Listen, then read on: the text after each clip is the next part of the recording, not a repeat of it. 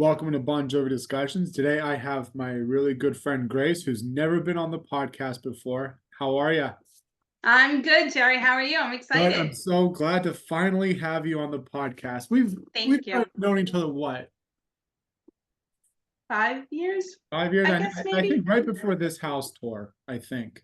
Oh, maybe then even, yeah, Yeah. probably. I think we were. I think we were on. But that could have been 2017. That could have been 2018. It's more than 5 years. Jesus, it Yeah. was like yesterday this house came out. So before we get into our fun topic, I always like to ask my guests how they became Bon Jovi fans. Oh, eh, so in the 80s, in the heyday, right? Well, I shouldn't really say heyday because to Back me, in the day. it's all. But in the 80s, I was, Jovi's my number one. But in the 80s, my number one was actually Bryan Adams. Um, so he was the one I obsessed and followed all over. I always loved Jovi music, always. My favorite cousin back then, had her walls plastered with John. And just as like I really kind of got into them like at New Jersey, believe it or not. And then I didn't like the earlier stuff, and Slippery was just, everywhere, and everyone loved it. Everybody owned it, everybody played it. But Jersey was really when I was like, oh, like I'm just really getting into them.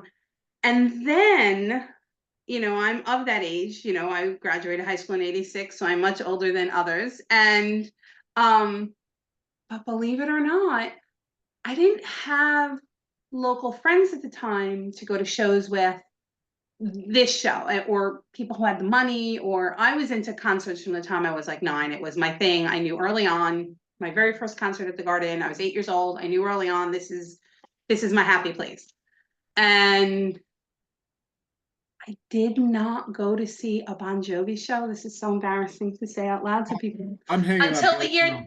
until the year 2000. But you can't say anything because you're so much younger than me. Like, Oh, so like I didn't go to the Slippery tour. I didn't go to the Jersey tour. I didn't go like to these things. Like I just it just, you know, I just didn't. And I also got married very, very young. I was married in 92. It was just a different. And then as I started to get more disposable income, I started to go to more and more and more shows. And, so 2000 was my first concert on the Crush tour. And because the Crush album has my most favorite all-time Bon Jovi song ever, and which is Just Older. I was just about to. And after that, it was just a rocket out of a, I've been 116 shows since then. So it's, yeah. So kind of just organically. Yeah. What's the best show out of the 116 shows?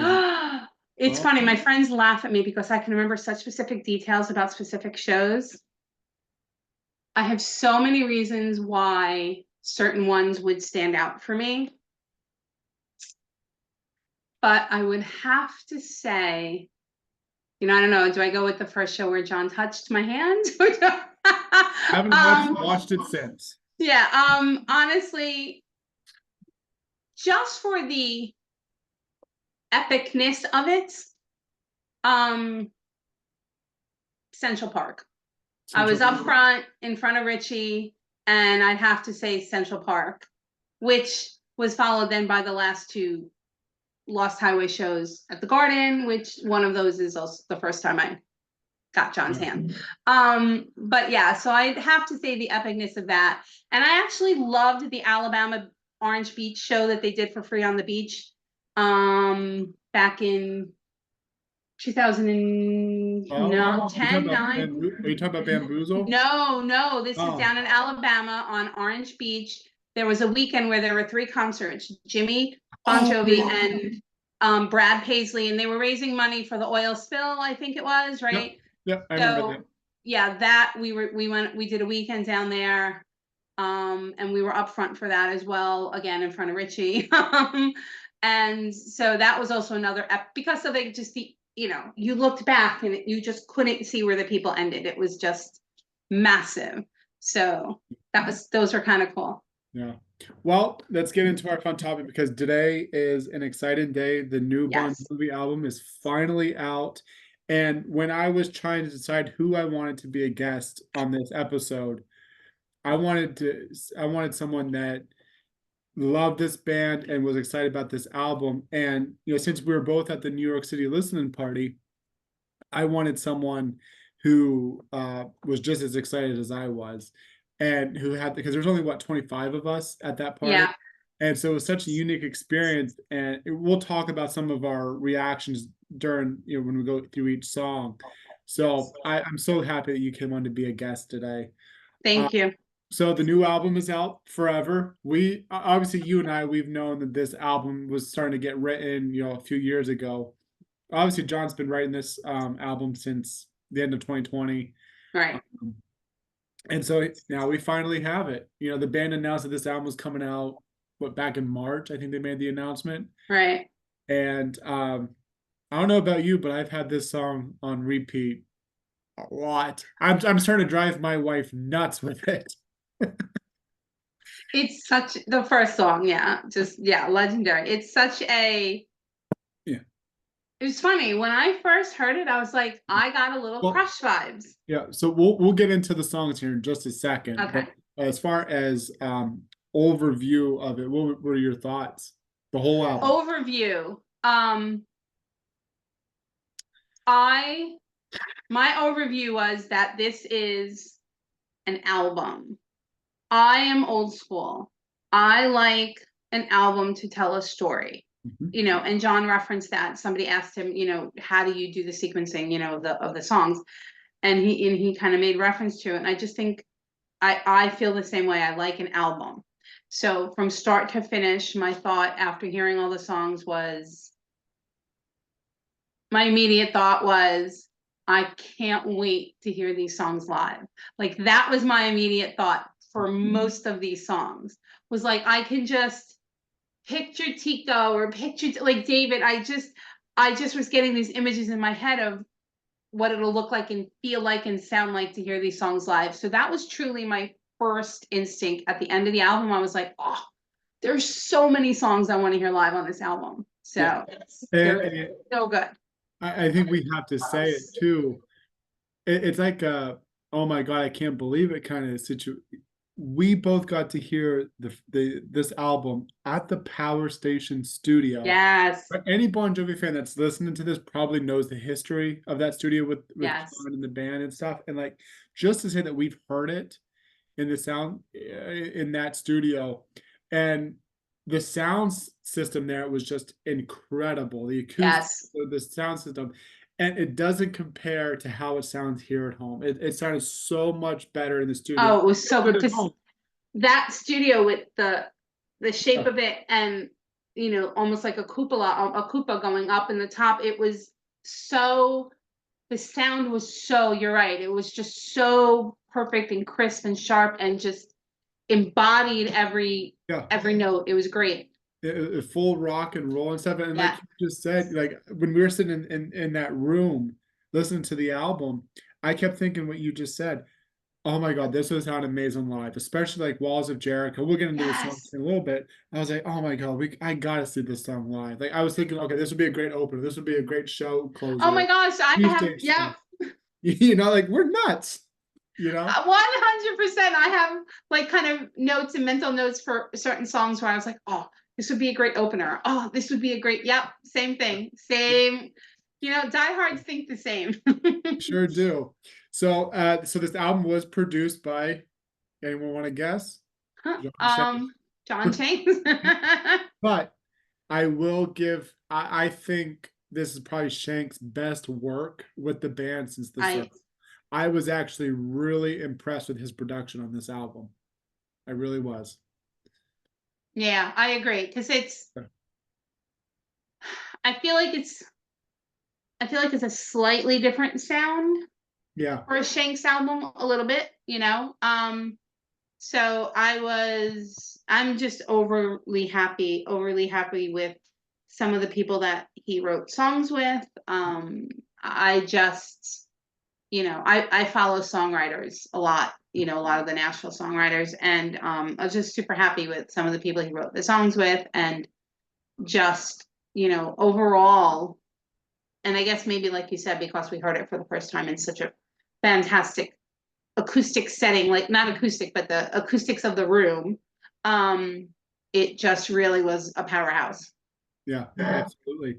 And for me, I think the album kind of sounds like 2000, Crush meets Bounce meets Have a Nice Day meets a little bit of The Circle, maybe a touch of Lost Time, kind of the 2000 to 2007 or 9 sound, all combined, and it's really good. And another thing that I want to mention too is that we both know that 2013 to recently in the last year has been a really hard time with John, with Right. Richie, the record company, with John's vocal issues, and we've heard it in all of the interviews. He's finally, and I'm really happy that he is. He's in a place now where he's content. He's not what's next. He's just kind of living in the moment, and he's happy. He's joyful, and this album really shows that. Like it just shows like how nostalgic he is and how he's just happy where he's at.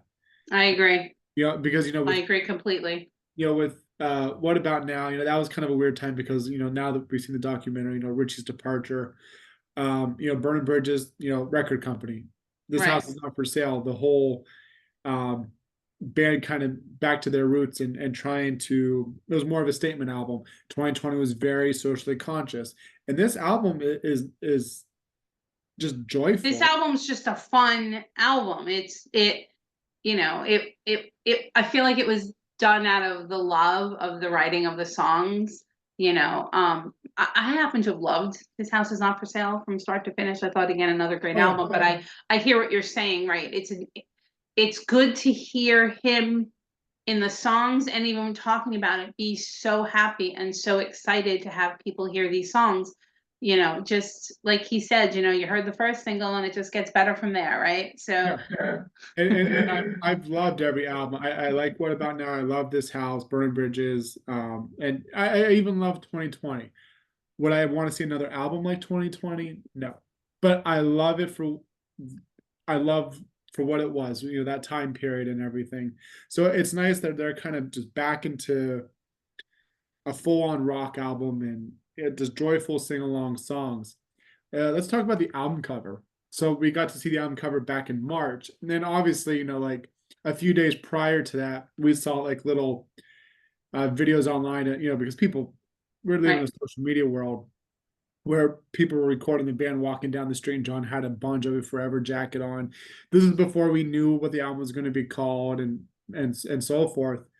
But we kind of knew something was coming. And then all of a sudden we got Legendary, and then we got the album cover, the title. What were your thoughts when you first saw the album cover? Well, when the videos, the little snippets surfaced with the homage to the Jersey album jacket, um and then Bon Jovi Forever, I said in a large group chat of Bon Jovi friends that I have, I was like, oh my God, that's going to be the name of the album. They're like, what do you mean? They're like, no, isn't it just, the 40th anniversary? I'm like, no, I'm like, that's going to be the name of the album. Like, you just kind of knew. And I like that homage, it's a tilt of the hat to back in the day. We are also celebrating, I mean, technically the 40th was last year, but I get I one, know. Grinds my 40th anniversary from the first band's album. We'll go with that.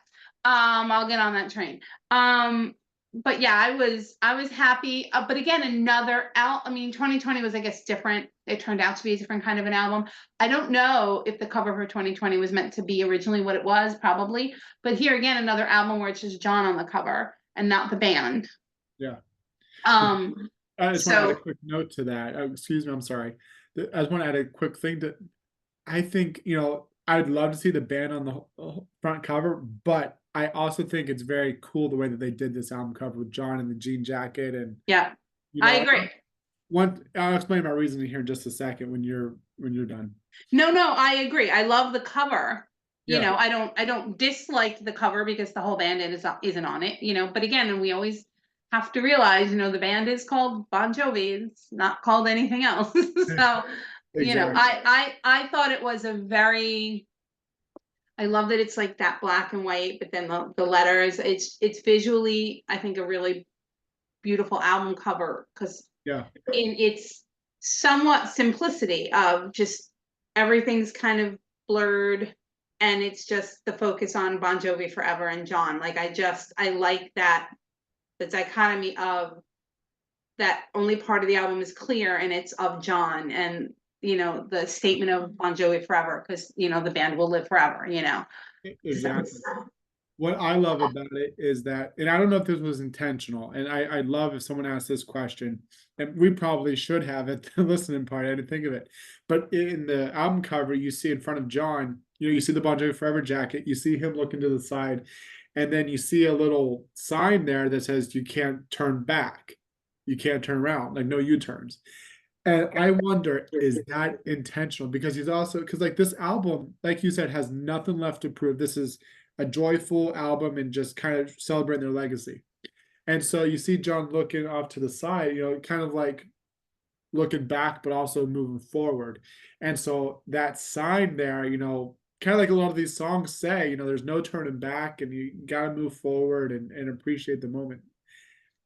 I think that sign was intentional. it may not have been initially like thought about, let's find a street with a U-turn sign right Yeah. on the pole in the direction that John's walking, but it might have been the kind of thing where once it was captured, or they're setting up the shot, it was like, oh, that's like, I don't know if they sought out a corner that looked like Yeah. that, or they were on a corner that looked like that, and like, oh, this is good. So like you said, I'd like to know if that was like intentional initially from the get-go, or just kind of worked out to be really good. Yeah. Or we're just over analyzing it. Very true, very true. One last thing I want to say about this album before we actually get into the songs is I love the photography on this. And I don't know who the photographers are. I know there's quite a few different ones, but I think that we've seen so many band photos, and we're going to see more here. Um, but I just love the way that they've done these band photos, especially the back cover of the vinyl and the CDs. The whole band walking forward. I thought that was just so, Right. kind of gave me like, because like you see that on "Have a Nice Day," the back of the CD. You see that in "The Circle." Are there any other albums that do that? I don't think. You get my point. Yeah, I know what you're saying. Yeah.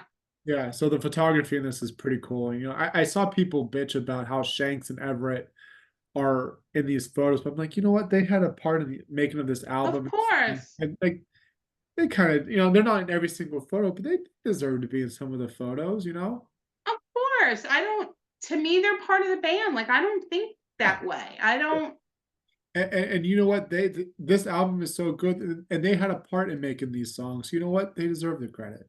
absolutely. So, They are part of the band now. yep, exactly. Well, let's get into these songs. So we'll start from the beginning to the end to share our thoughts.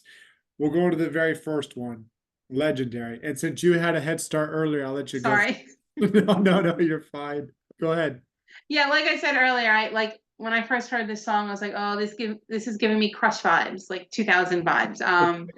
And I just thought, what a perfect little catchy pop rock song. Just Yeah, great. It's a sing along. I mean, come on. John's known for his great little sing along hooks, and I thought it was just fun. It is completely an earworm, but in the best and most positive possible way. It's like once you hear it, you just sing it in your head all the time. And like I said, so it's like, to me, it's an earworm, but like in a good way. Yeah, I just immediately was like, oh, like if this is any indication of what's to come, and John mentioned that, like, oh, and they even get better right after the first single. So like my first thought was just excitement. And again, the whole, oh wow, I want to hear this live. I just can hear like the crowd, just doing all the O's and the like, and then that pause and like the whole crowd screaming legendary. Like you can just hear it. yeah, I know. Obviously this is the first single. Get that out of the way. This first single, the first song that we heard for this, so it kind of just gave us some more excitement that new Yeah. Bon Jovi music was coming. And I guess that's one thing I want to add too is like it feels so good that after 40 years, this band is still making music, and our favorite band is still here climbing the charts. You know, Yes. it's amazing. But back to the song. I love, those the whoa, I know my voice sounds beautiful. And the way the song is the drum driven too. And then just that intro of vocals, who are you and who am I to think that we'd ever fly? Right, And to me that's like looking back at the early 80s thinking who thinking we'd ever be this right. successful, Like 20 years. who are we to dream this big? But you Exactly. know what? Here Yeah. we are. Yeah. And I love the way that they did the music video for this song too. And maybe I'm overanalyzing again, but for me, you see the video from them in the studio, and then all of a sudden you see them like in this magical land, like universe or Like a whatever, field, yeah. and you see people just kind of living their lives. And for me, I feel like kind of like what John had said before, and when he writes it and records in the studio, it's his song. But when he puts it out there, it becomes ours. And Right. I feel like that's what this. I feel like it's kind of like a metaphor of like music takes us in different. It takes it to a different level, takes it to a different universe. And so I feel like in the video, it goes from studio to this universe, back to the studio at the end of the song. That's kind of how I feel about music. Just takes us somewhere. Yes, I agree. Hadn't really thought about the video in that perspective, but I can see why you would think that way now, like having listened to your explanation. It kind of makes sense. I like to Um, think. yeah, because it's like, and again, like it could also just be, that first line again, right? Or who are we to dream? So the video also has very young people in it. Yeah. So, laying, one point they're laying in the grass, they're laying in the field, they're looking up at the moon. Like, maybe they're dreaming those crazy dreams. Like, who are we dare to dream? Oh, that's a So good thought too. Yeah. I see now why, I kind of, who knows? Like, again, maybe but that's the beauty of music or a video. You're going to interpret it how you see it, and somebody else could chime in and completely have a different thought on it. Yep. It's all about interpretation, Yep. and that's the beautiful thing about music. Let's talk about this catchy chorus because that is true. Like you said a little bit ago, I just see it live, and I cannot wait to see it live and sing. I mean, it felt good at the listening party for us to sing along to these songs. Yes. Like this is obviously the first song that they played, and I know a few people are like nervous to start singing along. I was like, I have no shame in my game. I Yep. will sing along to this song. But that chorus, you got what I want because I got what I need. Got to feel, and so Yep. like I dare anyone to put this song on and not sing along to it. For Yes. me, it's impossible. I can't. Yes. I agree. Sing along. Got a fistful of friends who will stand up for me. Like that's, Yeah. for me, in my life, my friends, I love that. I love that. I think that line really hits. I think also because in our Jovi world here, like so many of us have made lifelong friends or friends that we are better friends with than people we've known for, it's just, a lot of us are very, very close. And I think that line just really spoke to all of us, everyone. That line can speak to everyone. It's not just exclusive to fans, but yeah.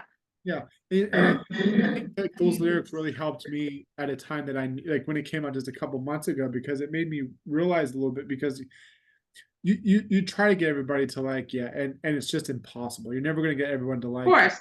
And so you got what I want because I got what I need. Got a fistful of friends that'll stand up for me. And I think like, that made me realize, okay, like the people that are in my life are what matters. I don't need to go out and try to impress anybody that doesn't like me, because I agree. not the people that want to be in your life.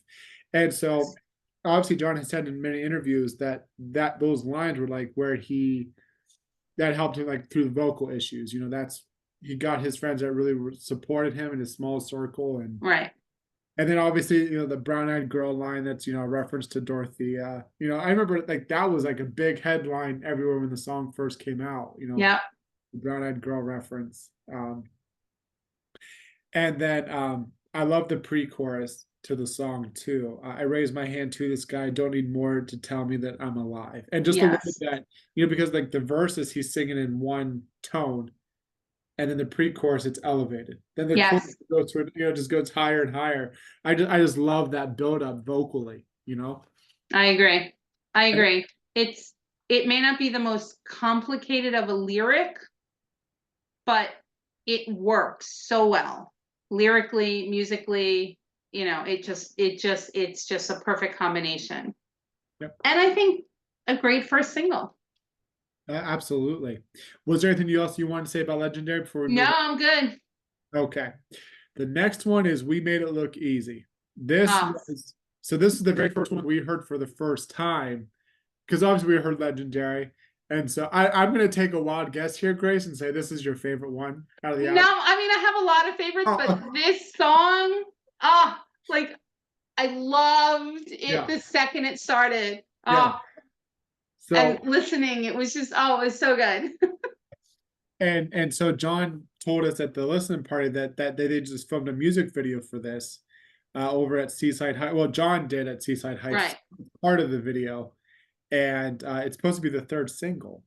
And Yeah, so I was one that said, "Hey, what video were you shooting?" And he was like, "We made it look easy." And I was like, "I knew it." I was like, after listening to the words, you're like, "How could it not have been for that song?" yeah, You know? it's such a catchy Yes. song, especially like the way that he lays down those verses, the way that he just delivers those lines. Like the BPMs, it's just like, Yeah. you know, And the lyrics, again, for somebody, the lyrics just conjure up such nostalgic images of back then down on the Jersey Shore and all of that, the feeling and whatnot. I loved it. Again, another one of those songs that I put on my can't wait to hear live list. I love the line, sometimes the things you want ain't what you need. And I'm like, well, man, if that isn't the story of my life, like I think everyone can relate to that. And again, a great little hooky chorus, just, it just gets ya. And I I like when an artist, intentional or not, right? The lyric just works. Oh, it happens to be another song. Like I like the line, "Look at us, blood on blood." yeah, Like again, when a little sentence like that, a little lyric in nod to the past. yep, Again, this whole song to me just feels nostalgic. Not like it's an old sound, but it conjures up that nostalgia for me back in those days. yeah.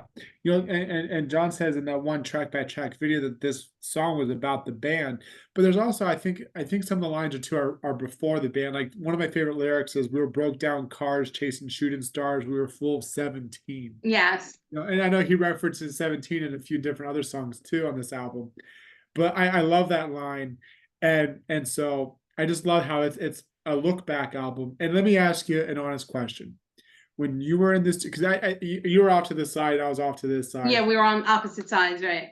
Did you get a tear in your eye when you heard this song? It wasn't a tear in my eye. It was more of this like, Of pride. yeah, I think that might be a really good word to use. It was more of, I didn't get a tear in my eye from this song. I did from a few others, but it was more of just like, I just like sat back in my chair and I was like, like like I said, like it was just this immediate, like I love this song. Like there Yeah, was no, it's not the kind of song that I needed to grow on me. It's not the kind of song I need to hear 2 or 3 times. I immediately was just like yeah, in love with this song. yeah, And yeah, it's just great. And I'm excited to see the video after John kind of explained the concept of, images of him singing down at like the older places, and they kind of want to intertwine it with him now. clips from the documentary. And so again, that's again that whole nostalgia vibe. I just think the video is going to be really great. I can't wait for it to come out. I can't wait to see it too. Another thing I loved about the song too was the acoustic guitar intro. I thought like that uh, whatever Phil was playing there, or Shanks. I love that little intro. I And agree. John comes with the verses, then the chorus just kind of, I don't know how to describe it yet, but anyone that's watching knows what I'm talking about here. That just that chorus. Um, you mentioned the Blood and Blood reference. You you mentioned, excuse me, you mentioned, about we were full of 17. Yeah. And this could be, there's a couple of lyrics in this album on songs that you could interpret one way or the other, and this is one of them. So we were full of 17 as an age, but he's talking about riding down like a highway in a car. Could have been riding down Route 17 in Jersey. Like, to me, because my first thought was, oh, Route 17. And then I was like, oh, or could be age. So I don't know. Again, maybe it's not, that, but that made me think, Route 17, Bergen County, the driving down, like, I just, as I back in was Jersey. I was thinking of maybe because we're a little bit about Dorothy. Like when we were in the studio, I thought he was talking about Dorothy a little bit too. Could And have it was been. just me over, and because like we were broke down cars chasing shooting stars. We were full of 17. I don't know. Um, Another thing that I really like too is I love the outro of this song. The way that he says "didn't we" a few times. Just like I I love have the same notes. Love the outro. we photocopied notes. That's funny. That's funny you said that. There's a And then, couple of outros on this song that are on this album that are pretty sweet. yeah, my other favorite lyric are Jersey, and I love the way that John delivers these lines. During the bridge. I think he says it at the end too, doesn't he? I Right. think so. Jersey Shore covered bands, couple friends in the stands on a Saturday night. Yeah. I remember we were all at the listening party, and I remember everybody just loved that part. Like Yes. Everybody was like, yeah. yes, especially the people, the friends in the stands. Like I remember that was like a favorite line at the party there. So yeah. Um, It was. was there anything else you wanted to say about this one? No, I think we both covered it. Yeah. Well, let's go to the next one. This is the second single, Living Proof. Now, we heard a preview of this song probably back in April when John did the thing with Michael Strahan. Right. And he brought some, I think they're ABC executives, but he That was a weird group in that room. And then, sure was. But he brought these people in the studio to listen to Limit Proof, and you get to see there's pride on John's face. But we got to hear a little bit of the talk box, and so we're like, okay, right. the song's gonna have a talk box. We haven't had a Bon Jovi song with a talk box since. Correct me if I'm wrong here. This is love. This is life. I'm trying to think if there was a talk box anywhere on This House Is Not For Sale. I don't think. I There was don't one on Burning think Blue. Yeah, so. yeah, So it's been a while. yeah. Well, and so I think that this song really sounds like complicated meets this love. This is life. You know. But it's so great to have the talk box back in a Bon Jovi song. Yeah. And we talked about audio earlier, so like I love Living Proof, but after hearing it in the studio in that audio system, I love it even more. I mean, it just made me think of how this is going to sound live. It's like a full-on rock and roll in your face song. I 100%. I kind of wrote like killer rock song, and again, that other song where it's just like, I can't wait to hear this. To me, one of my notes I wrote about this song was, for me, like, this would be a great opening song for a show. If you want to get people going, like, to me, I thought like this would be coming out, and like, because for as much as I love Legendary, I think Living Proof is just a would be just a great opening song for a show. Yeah, That's my opinion. Yeah. I agree. And that opening and this sounds like a full-on Phil X guitar work, and obviously he's on the talk box here, but that Right. sounds like a Phil X riff in the intro. I'm surprised we haven't gotten a music video for this song. It's kind I of mean, we weird. just have the lyric video. That's it. Yeah. It's weird how we got a music video for the first single, Legendary. We're getting one for the third single. We made it look easy, but no video for Living a Proof. Yeah. I don't know. It's kind of strange, but okay. Uh, Yeah. let's see here. I love the way that John sings in this song, especially when he sings "Like a Sinner Like Me." The way that he delivers the "me" line. Oh, Again, another one of those May, me. yeah, and the way he sings "Me and You" with Yes. Living Proof. Uh, Yep. I this, love this family tree's got nothing left to prove now. yep, That line, going back to Bon Jovi as a band. They don't really have anything left to prove in the music industry other than we're still going to come out here and we're going to make music because we love it and we're going to make good music. And we're making the this for us and for you. And I loved that line. I loved that line. That they're a band still here 40 years later, and Yeah. absolutely. Um, and that's just I was going to make another note there. But one of my favorite lyrics too is "Will the rose still grow out of broken concrete?" And I think that line, really shows the beauty through the rough. Like just like the last 10 years where the band has, and especially John has been just, it's been a rough 10 years, Yeah. and that rose growing out of broken Still concrete. beauty. Yeah, it's kind of like the song Siege, which we'll get into in a little bit, but you find the beauty through the rough, and just get through the hard days. So that was kind of like a very motivational lyric, I agree. I think. I Uh, loved is faith and hope enough to make a believer or make a fool believe? Is faith and hope enough to make a fool believe? That's another great lyric. Like I just love the way John writes, or I'm not sure who else wrote Living Proof with him, but I just love the way John writes. Absolutely. And doesn't the verses, it doesn't sound like the way he sings, but just like the way that he delivers a line and then the music comes in, it sounds a lot like the Have a Nice Day verses, doesn't it? Well, that was, another note I made on this song that this song completely gave me Have a Nice Day vibes. Not this song, but the overall tone of that album. This song, like to me, if you had slid this song into the Have a Nice Day album, it would have fit. So yeah, it's one of my other notes here about, yeah, again, not the song, but the overall album. 100% gave me those same kind of vibes. Because, Yeah. yeah, 100%. Was there anything else you want to say about Lemon Proof? No, I'm good. Yeah, We can go on to the next one. so the next, and I have a feeling you're going to say the same thing. Waves is my as of now. Yes. It change. Waves is my favorite one right now. We have to preference Bon Jovi albums with as of right now because that could change tomorrow. Because I Yep, it's your favorite too. my favorite song right now. We were meant for 100%. this. Not even a doubt. My favorite song right now. And I said the same thing when I heard this song at the listening party. I said, this is my favorite so far. And then I'll go into my second favorite here once we get to it. But this is my absolute favorite as well, especially the meaning behind it. I think everything about it is so perfect. The way that it was written, lyrics, musically, everything is just fucking perfect about it. I agree. I Um, agree. I feel overall this song is very much a metaphor for life.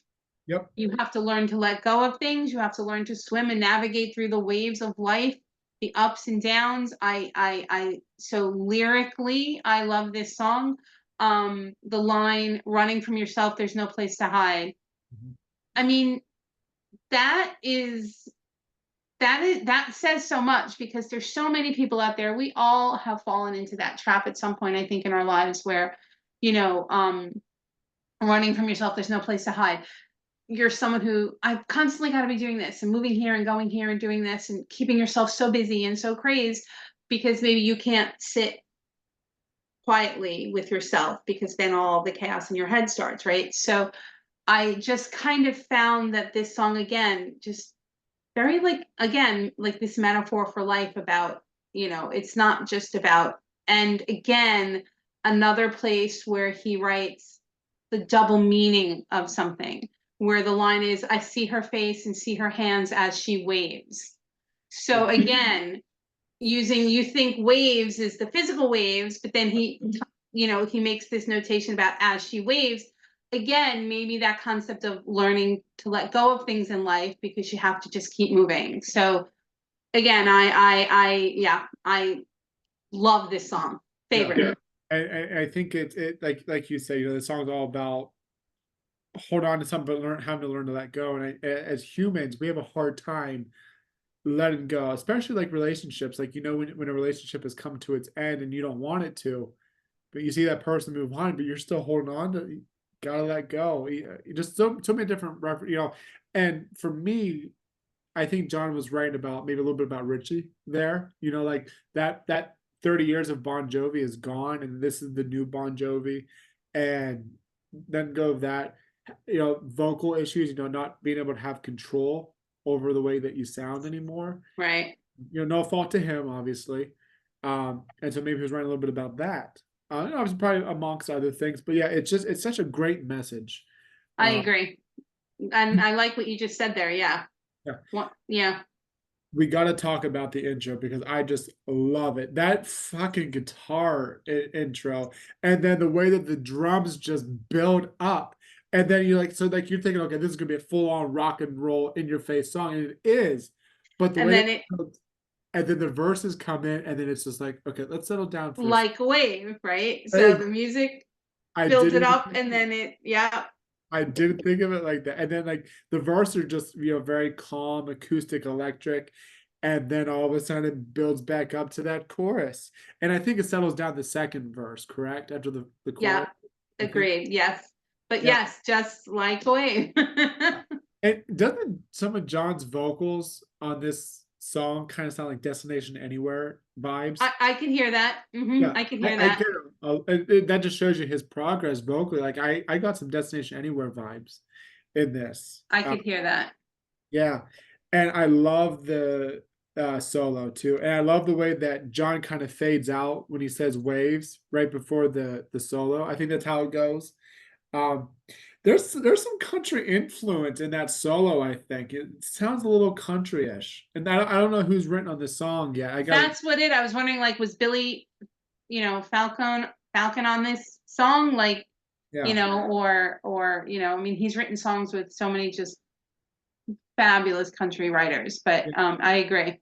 but it worked for the song. My favorite lyric is when you're running from yourself, there's no good place to hide. Yep. And I like that. There's so many lyrics on this album that just really resonate with me right now, and that's one of them. Like you've got to, it's like one of those things. Like you got to love yourself before you can love anyone else, Yep. and you've got to. That's a line in an upcoming song. It sure is, and you got to come to terms with who you are and where you're at in life, and learn to find happiness. That's how I interpret uh, those lyrics, and that's why they're my favorite. How about you? Yeah, I agree with what you're saying. Yes, as I noted earlier, right? It's that, you know, constantly, if you're taking the song and the title literally from like a wave in the ocean, right? It's constantly churning, it's constantly moving, it's constantly right. So people that are like that, right? Constantly running, like I said earlier, and then you might get that calmness that might come, you know. Yeah, And that's again, you have to learn to love yourself, right? So I think that it's just really just such a complete start to finish, fantastic song. yeah. And currently my favorite. Yep. I hope I'm wrong here, but if they do tour next year, and I feel like this is like one of those songs that might not make it to the set list. I'm not kidding you. We both go to multiple shows every tour. I will go to every single show with a sign saying "Waves." I don't care.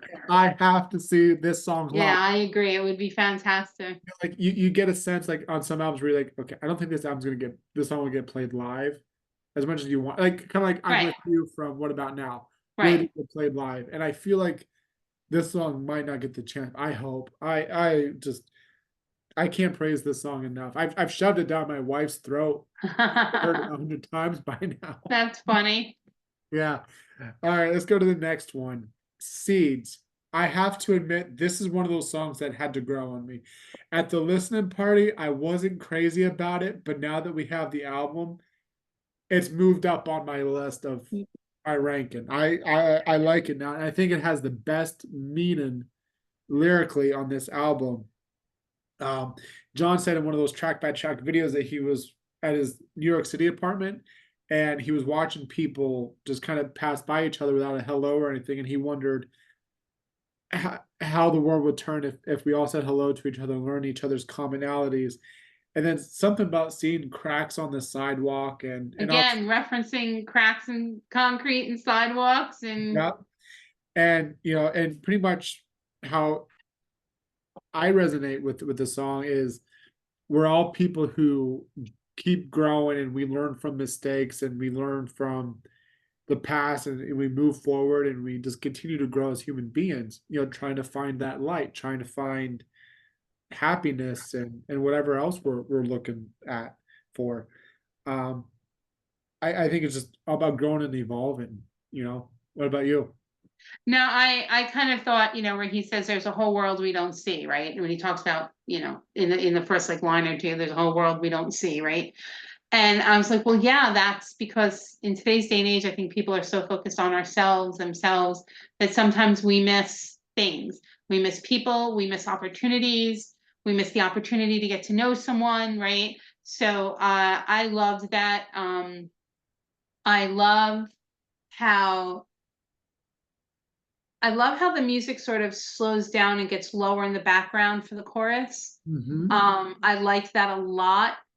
I feel like it just highlights the lyric so Yeah. much when that music kind of slows down and kind of is slightly lower of a tone. Um, I love when he's like, keep reaching for life, right? That's Yeah. just, again, you just got to keep moving. And then I thought the line to me, one of my favorite lines is cracks are where we let all the light in, Yeah. because it's beautiful, because you can equate that to a person, right? The cracks or someone's imperfections Hmm. as they may feel they have, physically, internally, emotionally, whatever it is, right? So, we all feel like we have cracks, but that is what lets the light of who we are shine through. So that's like, to me, cracks where we let the light in. That lyric, that bit of a line is just, I think it's just beautiful. And John mentioned this is his favorite. Yes. So makes you love it even more. So Um, oh, go ahead. no, sorry. Yeah. So when we're listening to it at the listening party, um, this song has a minute and 34 second long outro, and Andrew is sitting in front of me, and she leans back and she says, she's like, so this is the song that they'll play when John leaves the stage to change his t-shirt because it has such a long outro. It's like a minute and That's 34 funny. seconds. Yeah, I started crying. I don't know, at one point I just like started laughing out loud. I was like, oh my God, that's so funny. Because that's just let the hilarious. band go, let Phil and everybody just go, and Yeah. it's I want to talk about the intro. Have you ever heard, and I love this intro, I think it's very key heavy and very yes. boom, boom, boom sounding. Have you ever heard the song Top of the World by Delta Goodrum? I don't think so. Okay, most people have it. She's like an up and coming Australian artist, but she's great. But her song, that intro sounds a lot like this, except Seeds is a little heavier with it. Anyone that's listening, go listen to that song. You'll hear the similarities, which is I love it. And so every time I hear that intro, I think of that song. I Uh, just wrote it down, top of the yeah, world. Like I want to go listen to it. you'll see what I'm talking about. My favorite lyric is you don't have to fix what is broken. You only get better with coping. The road doesn't always know where it's going. We keep rolling, rolling, and rolling. And I love the way that John sings it. And you know what is so great about this album is that you see his progress vocally. These lines, and you know how John always aims for perfection. You can tell he's not perfect singing these lines, but you know what? I don't give a fuck. I thought he sounded great I delivering agree. these Yeah, lines. You know what I I'm saying? note that exact thing later on one particular song Yeah. where I was like, oh, these vocals are strong. Like I note that later on down the line. Yeah. I just, and I think that's what's so great about this too, is like he didn't overdo himself. He didn't, oh, okay, this got to be perfect. We can't put it out. Like he just was confident about it. You know what? It sounds good. Put it out. And I love the way that he just sings those lines. I think one thing that we have to talk about is the outro. The way that it's like, that musical outro with the guitar. Kick It's, ass. yeah, and just the last few seconds where you think, and when we were in the studio, we didn't know. We thought the song ended, and we started to clap, and all of a sudden we heard the boom. Yeah. We're like, whoa, and we thought it was going to continue, but it didn't. It just stopped. But then just at that 1 second, boom. That's very similar to the story of love off of 2020, where you kind of think the song is over, and then like Phil just comes in with this Yep. killer. Actually, I'm assuming it still it didn't sound like Shank's playing it, but he just comes in with this killer. Yeah, it's like this musical orchestral thing and same feeling. Again, you think the song's over and then you get that really long outro of music, which is just fantastic. Yeah. Yeah, it's great. And that's on I think we'll see live. And I'd love to Yes, see the way that that's done. especially John said being, his favorite. Yeah. So And we always know John's favorite's always good, when we were beautiful. Amen. What was his favorite on this house? Was it Scars, I think? I can't he remember. didn't play Scars a lot. But Oh, he did that's play true. it some. That Yeah. was my favorite song in that But album. let's get to the next one. And this one, Oh, Kiss the Bride. Now, I will say we all heard a snippet of it back in April. yes. And I know a lot of fans online are like, well, I'm not that crazy about it because you hear 10 seconds of it. And like a snippet does not do the song justice. You have to hear, like when I first heard it, I wasn't crazy about it. And then I heard it for the first time, like, oh my gosh. And we have to tell a funny story. When we were at the listening party, remember when this song first started and Yeah, and John everyone's like crying. this. And then the power station lady that worked there, she went and grabbed some tissues and brought them out and stuff. And And she handed the box to Andrew and then me, and then we just started passing the box yeah, around. It was just because this song was not written. Obviously, he wrote it for Stephanie. She's getting married. But this song, there's never any intention of a song like this to be on the radio or a radio hit. This is going to be a fan favorite. This is going to be a cut on an album cut song. But when you listen to it completely, as you stated, and just the meaning, and again, such a visual picture, the lyrics are so specific that you can just get that picture. And then if you are someone who is a parent of a daughter, yep. soon to be, I can't imagine you listening to this song and not getting a little choked up. Like, Well, that was the thing is I heard the song at the listen party, and at the time of the listen party, we didn't know what the gender of our baby was going to be. For anyone that's listening, my wife is pregnant, but we didn't know the sex at the time of the listening party. And so now that the album is out, we know the sex, and we're having a daughter. And so, like my experience of listening to it in the studio till now is like a whole different dynamic. Like yes, now, I listen to it and I know my wife is only pregnant right now, but like so like this is like 20, 25 years from now, but like I picture myself 25 years from now walking my daughter down the aisle, hopefully, and it has a different meaning. It's kind of like story of love. I yes, think of your family and it hits you in the heart. I agree. And I think it's so funny too that John took forever to give her this song, and like fans and the record company heard the song before and Stephanie even did. Yeah. Didn't he say at the listening party that he gave it to her like 3 days prior? But and then we were like, what did she say? And he's like, I don't know. We haven't spoken about it. And we're all just like, what? Yeah, How like did you not? Why weren't you on FaceTime listening to it, watching her?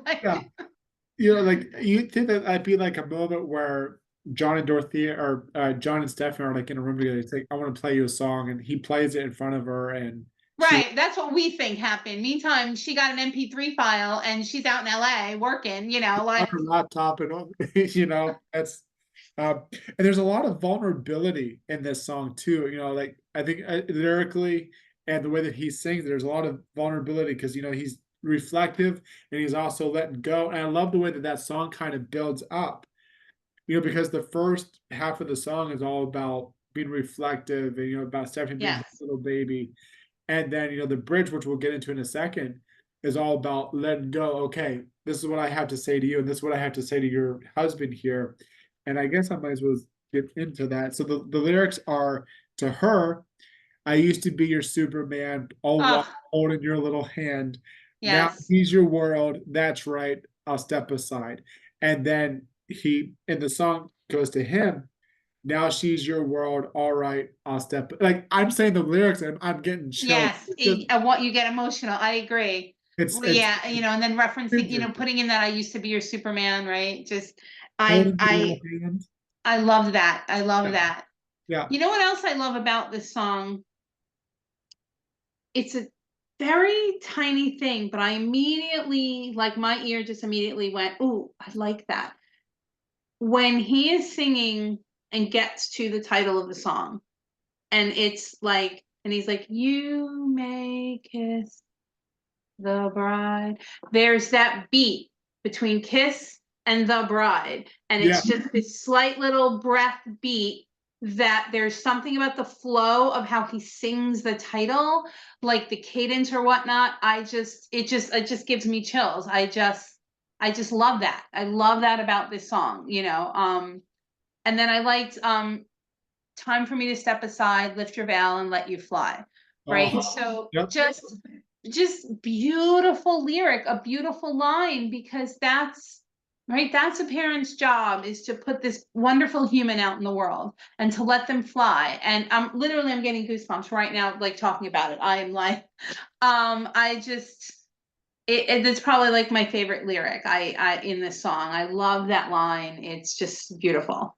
mine's let the preacher say love's favorite line, you may kiss the bride. And then it's Yeah, true, that is like the epitome of, love, being able to marry someone you love and commit yourself and be with them for the rest of your life. I love those lines. And like you kind of just said about the whole kiss the bride moment, there's hesitation in there, but then he delivered. It's just yes, the delivery. so Yep. well done. And I love John's vocals before the solo. May your life stay as beautiful as you look tonight. That Oh line, I gosh. wrote that also. Just that that might actually probably be my favorite lyric now that you said it out loud. I'm like, I wrote that, but I missed that note. Oh, Yes, that line is "May your life be as beautiful as you look tonight." Like that's just that is one of those like moments when you hear it, like it's just it like kind of takes your breath away a little bit. That yeah. line, yeah, I think as fans, we just love this band so much. And I think for us to see John so vulnerable and so honest and just so open, and obviously it's a song about his daughter. It just makes us tear up. I teared up a little bit at the yeah. listen party. I have no shame, and I mean, it I teared up and I don't even have kids and I teared up. Like it's just how do you and yeah, it hits you even more knowing that I have a daughter on the way, and just that daddy daughter connection. I think people who have a daughter will really be able to relate to this, and it's great for guys to have that kind of song here. Um, I agree. yeah, I hope we get to see this song a lot. I don't think it's a song that we'll see a lot. Maybe we will. I don't see him playing it every night though. Yeah, I don't see him playing it, it might be like a special one-off, but I do think it will be a very popular it should be a very popular, Here's you what I know, say. wedding I song. got the girl. Yeah, Take it right. You know, yeah. but Like if somebody could make a good mashup of the two, like what a perfect father-daughter dance to start with "I Got the Girl" and then go into "You May Kiss the Bride." Like that was my thought when I heard this song, was like putting them a little bit together if you could, and kind of I do thought that that would be break down the chorus to I got the girl and just kind of, I yeah, it would need to be right, but I think it would be cool. let's go to, do you have anything else to say? Because I know No, this is I'm good. People's House. I will admit I like the song. I'm not crazy about it. It's Oh my probably God. Yep. my least Least favorite. favorite song on the album. Yeah.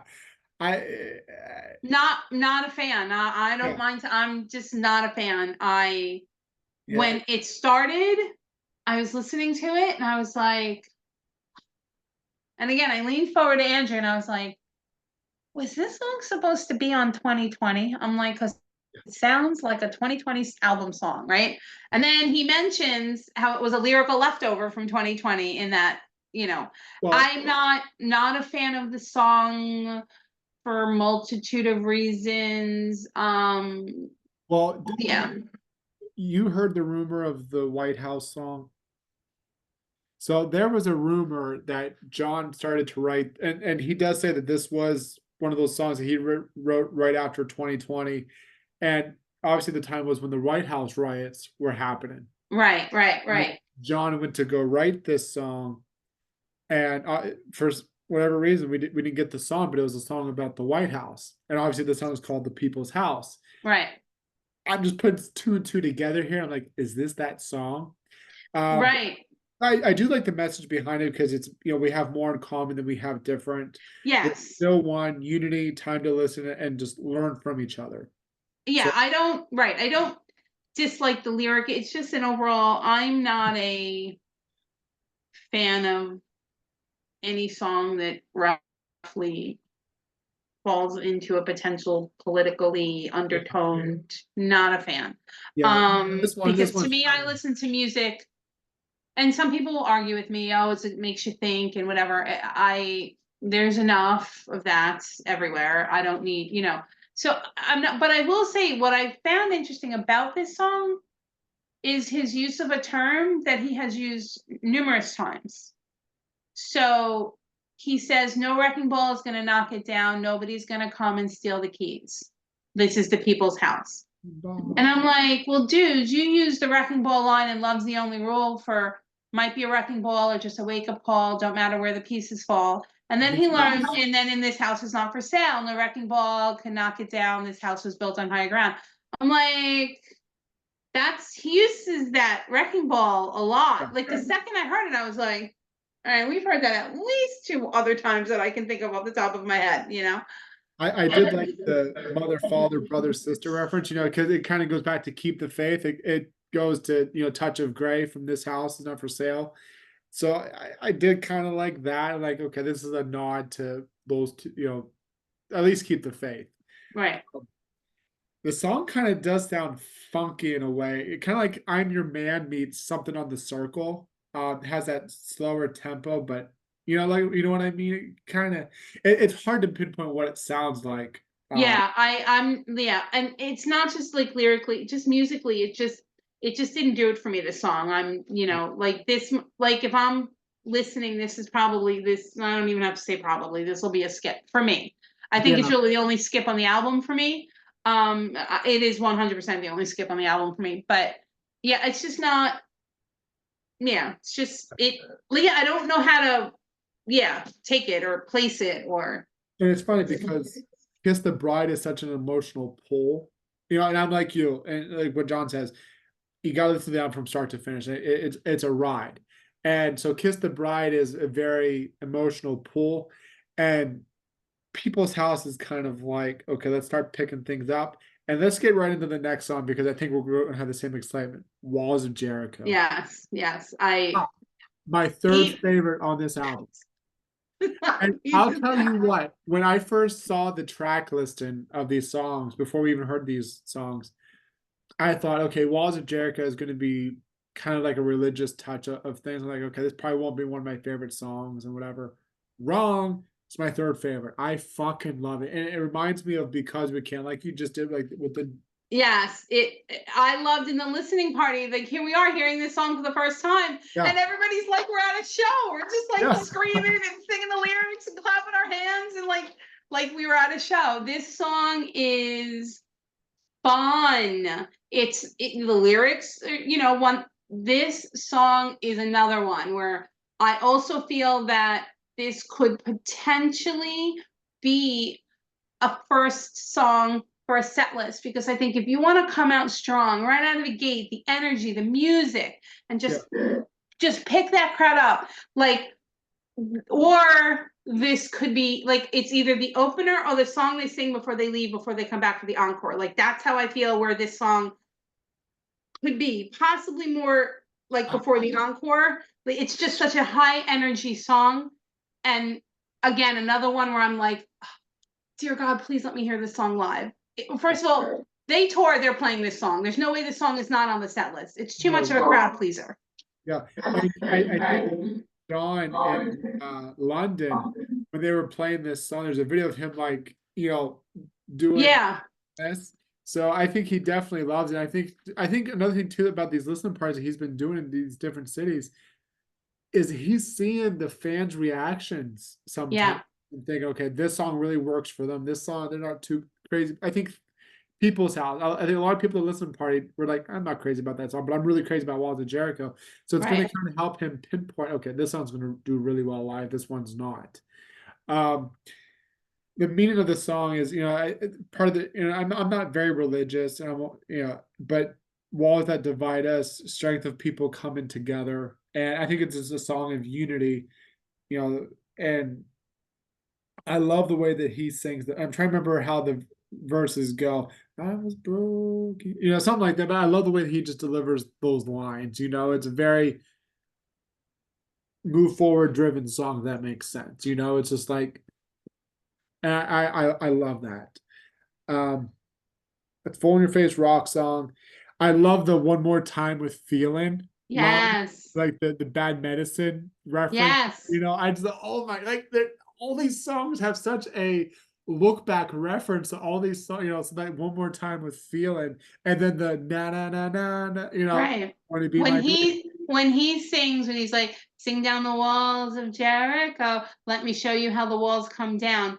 Again, to me, he's like, let me show you how the walls come down. This is how the walls come down. Music, right? Music, the thing that brings people together, it can form a community, a commonality that we all have with music. This song is for everyone.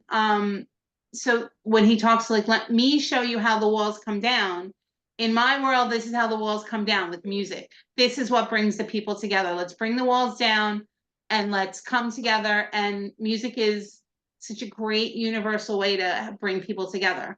And that's another thing about this fandom too is like a band has brought all of us together. From all over the world. It's like the listening party, for example. Like we both pretty much knew everybody there, Yeah. and it's funny because like okay, I saw you last tour. I haven't seen you in 4 years, but we hug and talk like we just saw each other yesterday. Yes. And it's like a reunite, and just with social media too. Being able to talk with each other online. It's like you have lifelong friends. I tell you that some of the most wonderful people that I've ever met is from this fandom, and Yeah.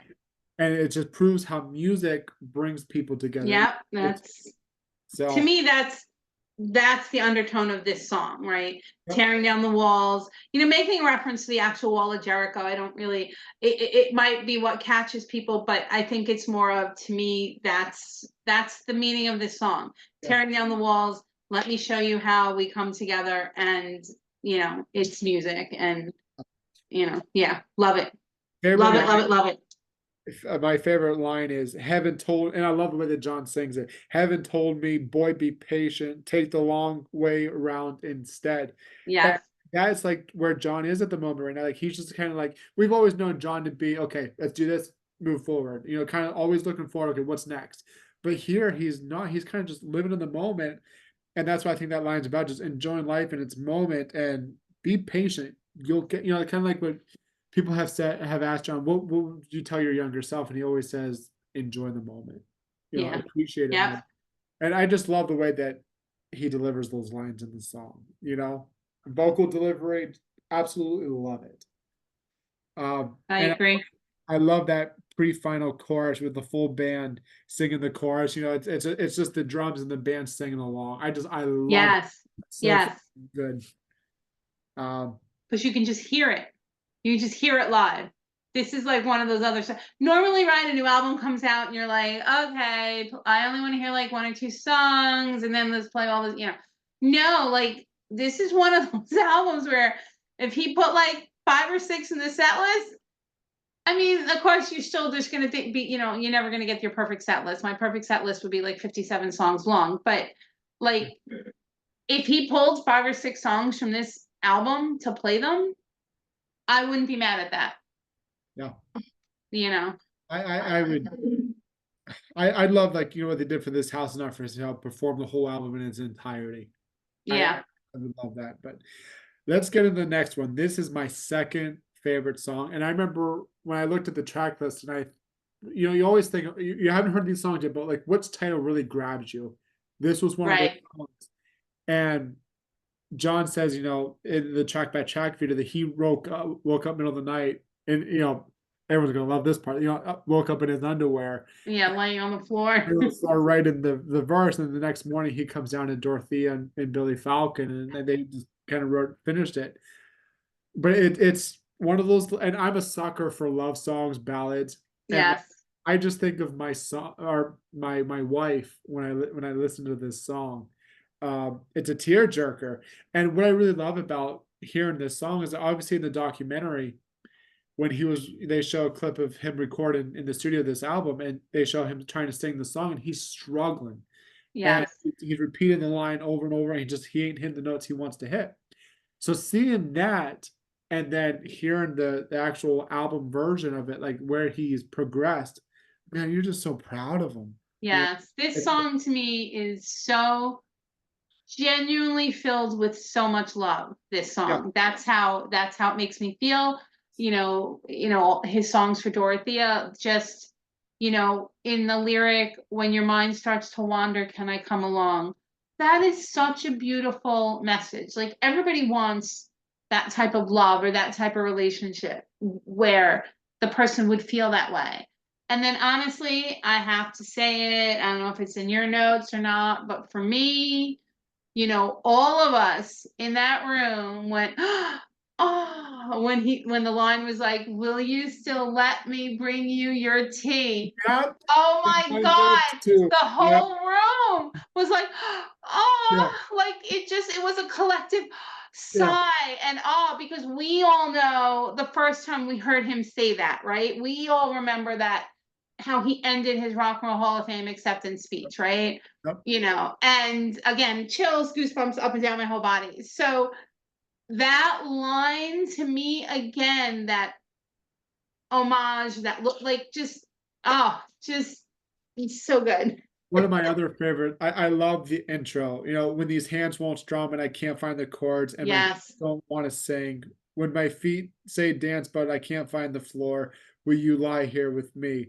And that just like shows his vulnerability and like Dorothy Yes. being there through thick and thin, especially with the whole vocal Yes, issues. exactly. And, oh, You and a I have beautiful the line. exact same notes for the exact same lines. That opening couple of lines, yes, again, the vulnerability is, I don't think he shied away from vulnerability, but this song really focuses on it. And that, again, right, will you lie here with me? Like, will you, like, always standing by his side, no matter what, through thick and thin. I can't imagine how difficult, not just, June, this month, we're in June. So it's at some point in June, it's 2 years now since he's had his surgery. So, um, at this point, it's not just the last 2 years, it's the 5, 6, 8 years leading into that. And how difficult it must have been for him, knowing how John is a perfectionist, not understanding why things aren't working, not understanding why all these things I'm trying to fix it aren't working, right?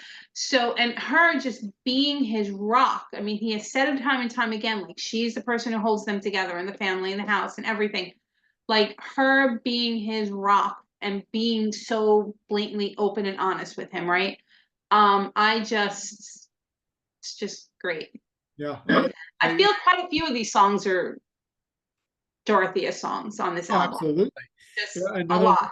another part I like is I can't give you the skies or ocean or the sky is so blue. The wonders of the world they don't compare to To you. I you. just oh my gosh, like and it's kind of like Shine on 2020. Like when I first heard Shine, I thought Well, oh, isn't that your wedding song? it was a Yeah, because when I heard Shine, I was like oh my like this is how I feel towards my wife. right, And so we danced to that song at our wedding. And when I heard those lines, like, oh my God, like, that's how I feel towards my wife. right. Like you just want to give her everything. Yep, And and sometimes you feel like you can't, but you hold them to they're your world. And yep, so I think that's why I love this song so much because I can relate to it so much. Uh, I love the drum pickup in the second verse, the way that it starts to build and yes, yes, yes.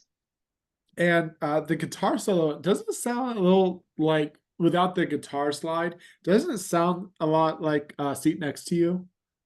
Ooh, I hadn't thought about that. Now I'm gonna have Yeah, to listen. yeah, I hadn't thought about that. yeah. So next time you listen, see if you can, get that reference. Maybe it's just me, who knows? Yeah. In the Um, next song, I have another song reference. In the next one we're going to talk about, I have well, another Bon Jovi song reference. Yeah. let's get So ready. now I have to go and listen to that and Yeah. see if I hear it. So next one, I'll let you lead with it. Living in Paradise. What's your Um, Another song I really like a lot. This was the song he wrote with Ed, right? Ed Sheeran, Yes, yep. he wrote the And song with Ed. I can't wait to talk about that. Yeah. I love, the part in when he says, "Summer's gone, it's been a long September, nothing matters as long as we're together." Again, a simple lyric, so beautiful, so like it's just this feel good, like this kind of warm hug kind of a lyric.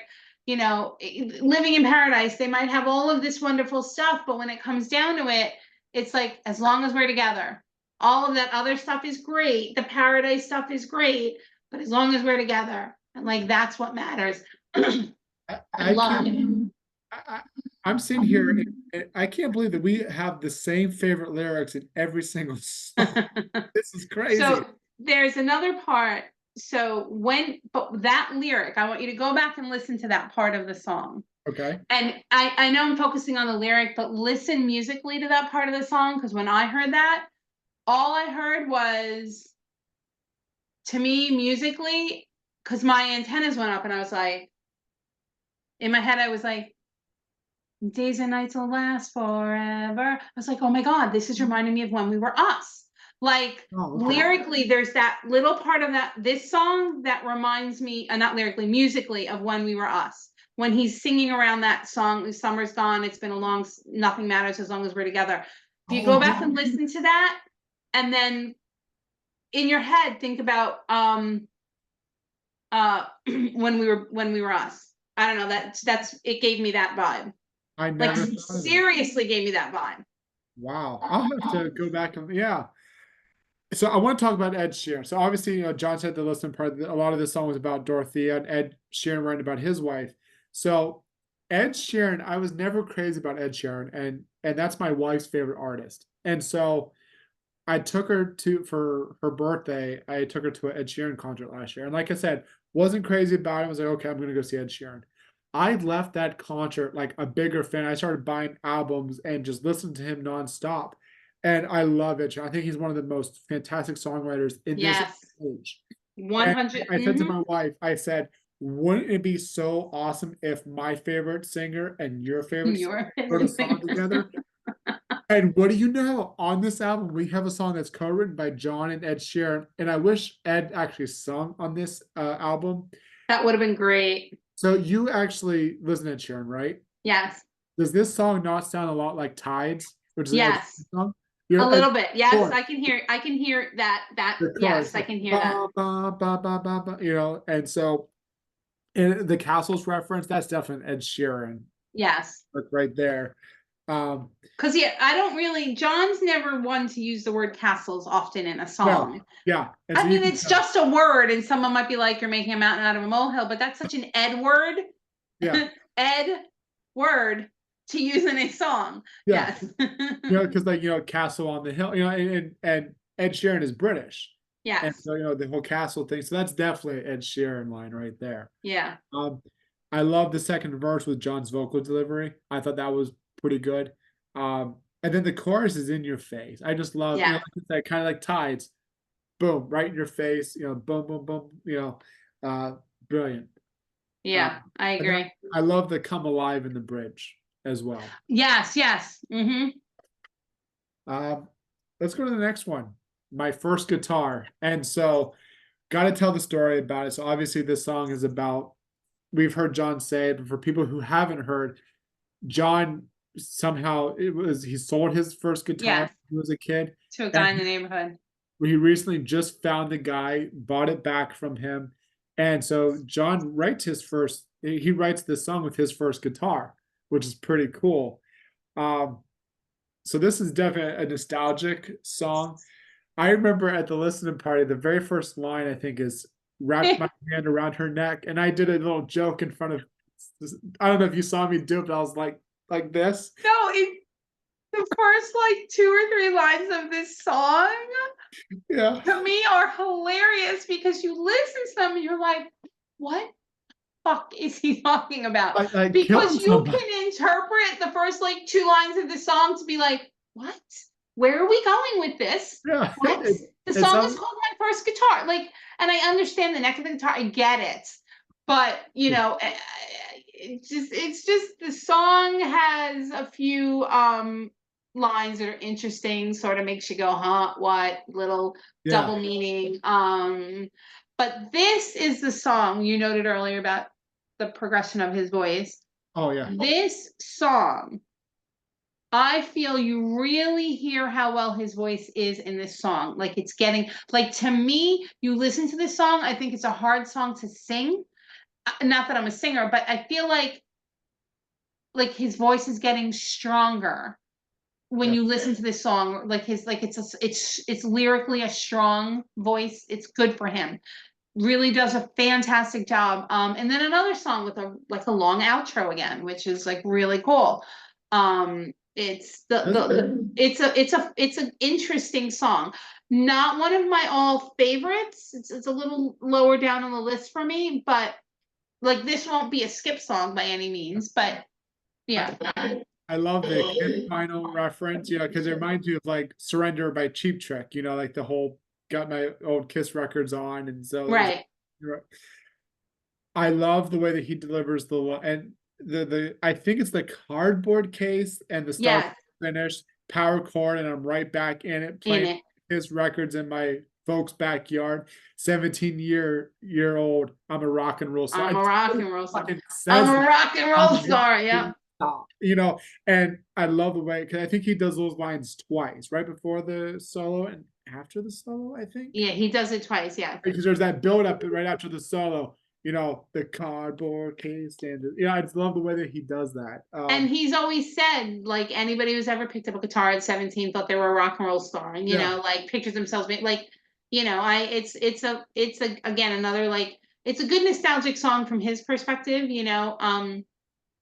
Yeah, I like the song. I don't love the song. I like the song. yeah. So And you mentioned the outro a little bit ago. It reminds me of the Circle era sound. I I could think hear it's that. like the When We Were Beautiful solo outro meets Thorn in My Side outro. Like Oh, that's the one that John interesting. Ritchie did live. Those Right. solos combined, it sounds like that. Interesting. Yeah. Yeah. Let's go to the last song here, Hollow Man.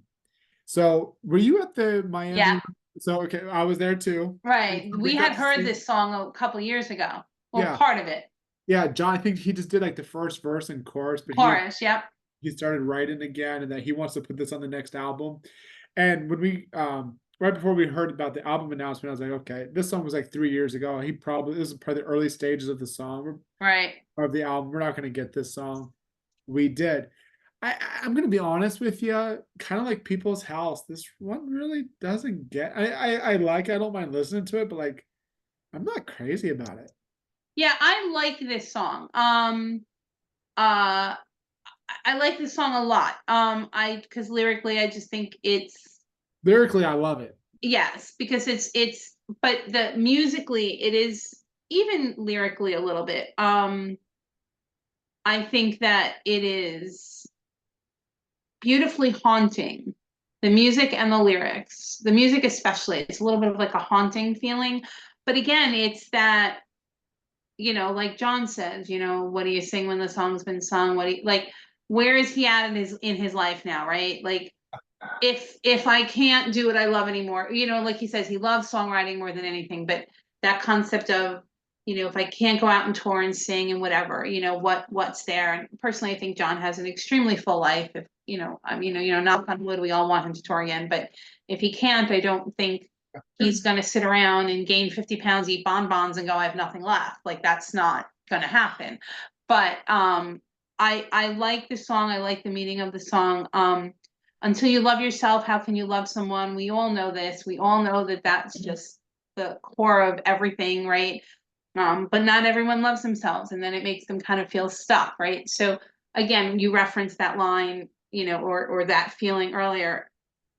So One, it's interesting. And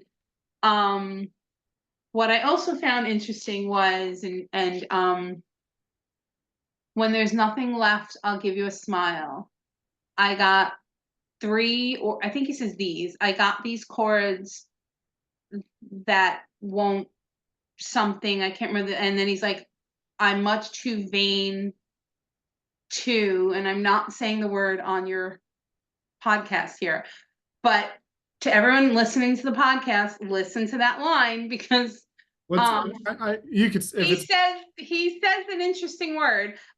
We've never had this word all used the in a M John.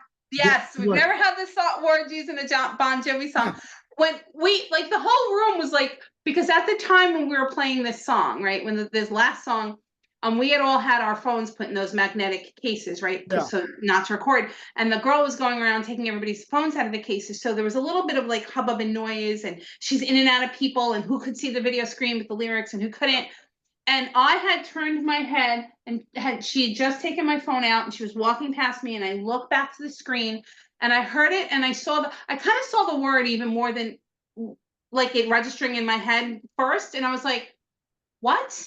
What? I was like, what does that like? We were talking about it afterwards and we were just like, wait, did we just get a Bon Jovi song with the M word in it? We were like, what the hell? We were cracking up. Well, But another he thing, says, I'll never, I won't sacrifice substance for style, yeah, which I thought, yeah, I'm much too vain to and sacrifice substance for style. yeah. I So, love that part too. um, My for favorite for is those that may want a hint, there is a very popular Seinfeld episode called "The Master of My Domain," and that's the word we're referring to. yeah. I think anyone that's watching this podcast has heard Hollow Man and knows what we're talking. Yeah. I love the one that I really like is how can you care so much that you just don't care? Don't care. You know, Yes. like it's kind of like just for, like an example is like you break up with someone and you like you're moving on, but like you still look at Yes. what they post online or whatever, and you like you don't care anymore, but you do care. You know, Of course. I know Yeah. that's probably what he's not referencing in this song, but that's how like you still care about something, but like you don't care about. It's hard to Yeah. explain. I love that. No, because it's like because that line, you can care so much you just don't care. Yeah. That is the fundamental, it's the fundamental fight that we as humans have between the head and the heart. Yep. So your head is like, I don't care anymore, but your heart's like, no, I still love this person. I know like maybe I can't be with them or they're not good for me, but I still remember good qualities or whatever, right? So that's that fundamental fight between the head and the heart. Like that's to me what that line encompasses. After our chat here, I've kind of learned to love the song a little more. Is that bad? I don't know. No, Like the way that you just like describe some of the songs, like, okay, I like the song a little more than I just did. So, sometimes it's just a perspective, because then but that's right, the beauty of any song, right? John says it, I write them for myself, and then they become your songs, and other people that we're fans of, Miss Swift or whoever, right? She writes everybody, you're writing that song for yourself, and it means something for you. And there's a reason behind or an inspiration behind a song that John might write. But then once he puts it out there, they become ours and how we interpret. So I have always, since I was a kid, whether it was a vinyl or a cassette or Lord, my first stereo had an 8-track player, so I'm aging myself. So whatever it was, I was somebody like I would buy a CD, I'd buy an album, and I would read the lyrics first before I listened to it. It's hard to kind of do that now because everything gets thrown out online and whatever. But yep, I would always read the lyrics and I would get a feeling, an emotional feeling, and a thought and whatever about the song. And then I would listen to it. It's just the way I always would take in new music from my favorite people when I'd go out, on every Tuesday record drop and buy the new albums and whatnot. So for me, again, lyrically, like, but it's a perspective. You hear something and think something different, and that's what makes it your own, our yep, own. exactly. Yep. It's I joke. Have you when I was in fourth grade, Bounce came out, Right. and there was this on Fourth there grade. called Joey, and at the Ah, same time we were in school we were reading the book Joey Pigs That Swallowed the Key. I don't know if you ever heard of that book, no. but it's about this troubled kid always getting into trouble. And so at the same time I was reading that book in class, Bounce came out. And I remember, listening to the album for the first time, reading through the lyrics, and Joey came on. So every time I hear Joey, I always think of that song because Joey is also about this troubled kid Right. and figuring life out. And so it's funny how we interpret that. Like nobody listens to that song and thinks of that book, but I do. So Yeah, exactly. That's a funny song that you picked out of all the Bon Jovi songs. Yeah, that's yeah. uh, I asked him John once. That was one of my questions during one of those live Zoom things. Um, I was like, "Who's Joey?" You know, like the challenge was always to ask it in person at a runaway, and I got a lot of people who were goading me to be like, come on, we'll bet you. You have to stand up and ask the question and go, so who the fuck is Joey? And like, you have to say it that way, like, yeah, it's but Joey. yeah, but it's funny that that's the song you reference. But yes, again, it ties back to What was everyone's going to hear, and we had a lot of the same feelings and thoughts, but people who are going to listen to this album might have completely different feelings and thoughts. And that's what makes music so beautiful. You have to back up for a second because you can't ask that kind of question on here and not give the answer. What did he say? Oh no, he said like it legitimately was a Oh, that was person the in his yes. He said okay. it legitimately was a person in his neighborhood, and somebody who like he kind of let him like hang around with him growing up and pal around with him, kind of yeah, it was legitimately a real person. Wow. Yeah. Okay. Well, overall, what's your final thoughts on this album? I would give this album an 8.5 or 9 out of 10. Okay. I'd be at a 9. I Yeah. post 2000, it's definitely one of the best albums. I would go Crush, Bounce, actually Crush, Lost Highway, Bounce, Have a Nice Day, Forever.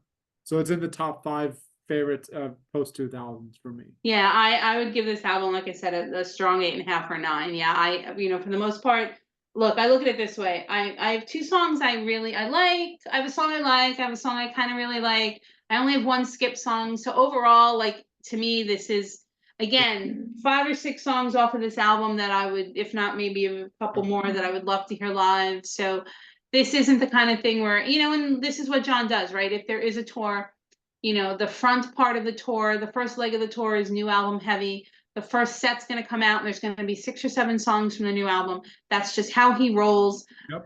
And then he sees what songs the fans really like, and as he progresses down the tour, then you're going to get 3 or 4 new songs, and Yep. they're going to get dropped for album cuts or hits or something. So, that's just progressively how he normally handles, a set list. So, um, We will definitely see. if he tours, I would love to see one of the first shows just because I'd like to hear more of these songs than less towards the end.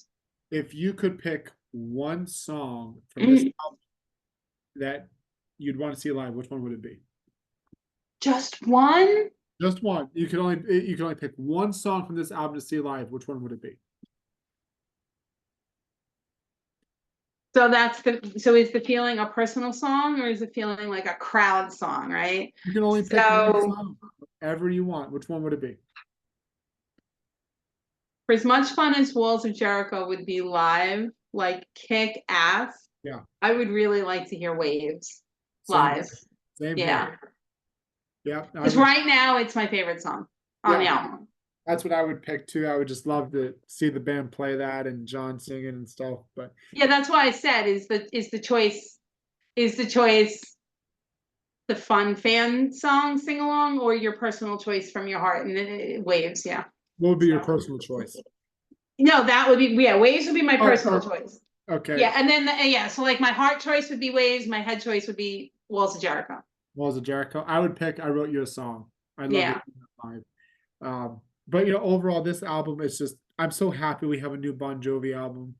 You and I both know how good it feels to grow old with this band and just be there through each album and every release. It's always special because new music, talking with other Bon Jovi fans that hearing their perspective, and it's just so great that we have a new album. And I agree. John sounds so good. This is definitely a band album too. Yes. 2020, you definitely felt it was a John album. This album, you feel it's like This House Is Not For Sale was a band album. Yes. Forever is a band album. I agree. I truly love it, and I hope that we get to see these songs live. So I really hope folks out there download, buy, and I would love. I mean, he's killing himself to make it happen, but I would love for this song to open, for this album to open at number one. Like what a kick that would be. Like what a tickle that would be for John to like have another one album at 62, right? And you well, know, I mean, me alone. I mean, I'm a collector, so I have to have every edition of every album. You know, the Japan version, the regular version, the deluxe version, the vinyl. All the right, different vinyls are out there. So I bought a lot of different copies, and then I also do giveaways on Twitter. right. So I have like I joke with my wife. I said the postman's going to hate me next week because That's funny. a lot of packages are coming. You know, on top of merchant, you know, t-shirts and hoodies, and you know, and it's just a kind of a side note here, I guess, for the podcast that people are listening. It dry. I don't know about you, but did you order a lot of merch for this album? Not really, and I Okay. mean, one or two things, and Oh, that's really it. Because and I've said it, I've commented on posts every time they drop a post about some form of merch opening. I comment in there, maybe one day someone will read it. I want 40th anniversary merch. I want merch with the silver logo with the 40 in the middle of it. Like, I don't understand why we don't have just that. I don't care. Put it on anything. Put on a keychain, put on a hat, put on a t-shirt, put on a sweatshirt, put it on anything. did you see? Just that logo. Did you see the hoodie that they just put out like a week ago? Yes, So I yeah, did. I agree with you. Like earlier this year, they should have done 40th year anniversary Yes, and then forever merch. Like yes, I really want like more like hats and like it's cool that it's a whole bunch of it forever. And I guess that forever kind of falls it does, but it does into the 40th. But yeah, I'd love the silver heart and dagger logo. But yeah, so anyway, I ordered a ton of merch. And so like all day the last couple of days, I've gotten emails, your package is on the way. And it's like one thing. Well, I ordered like 20, 25 things. Like I'm gonna right. like why not just do one big box and Yeah, I don't know. But UMG works in mysterious ways, I guess. I know. But thank you. Don't hang up. I'm going to end the recording and still keep you on for a second. But I want to say thank you for, you know, always being a good friend to me, you know, and willing to immediately wanting to do this podcast episode with. No, it was fun. Yeah. I mean, why I not? know I'm you. talking about my favorite Yeah. band and I'm excited about a new album. So I really enjoyed it. Thank you for asking. And I know I'll see you somewhere in whatever city sometime. Hopefully sooner than later. Exactly. So again, thank you for coming on and really giving a fun chat on this episode. Oh, you're welcome, Jerry. Thanks.